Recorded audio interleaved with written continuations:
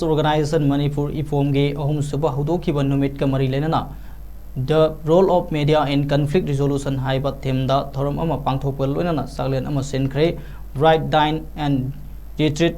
Tobungkhok Makha Laikai Imphal West Manipur da pangthokhiba thoram aduda Y Debaduta Advocate President Indigenous People's Organization Manipur Khogendra Kongdram President Editors Guild Manipur Khwarakpam Nauba General Secretary All Manipur Working Journalists Union na singba saruk yakhe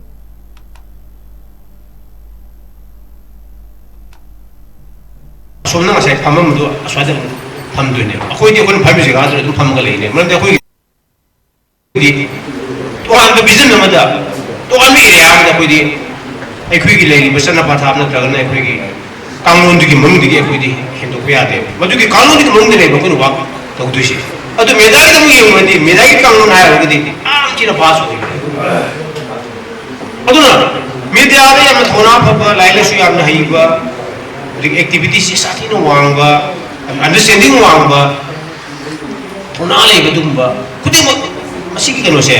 ai khoi da sien da ba ai khoi sien bang na gun me ama media gi sinau sing da masi se sien do ne akoi na phang ngam mo da gun ma ai tare adla yam sang nai am jar ro masigi sigum bai pom na dam sem jam na ai tare koi sinja bai da hai dei ta na koi kano se koi kano se bau da backdrop ta koi na thil kano se bau da koi du sorry ne koi adu ba ta koi hai dei ta na to jabani jilai ba ki lai ba jike koi na apun me gi oi ba yam inclusive koi ba koi gi manipur gi nation me gi manglan da kun mak sabni na ga da do tongan khai do khra da jingna yam na koi masi makai gi ba posak se masi thadu ga me gi oi ba nabi im da sabni na bi ko no se ko samu thodang se koi to jabani madu gi thodang du su media da le biri ba koi gi kun mak sina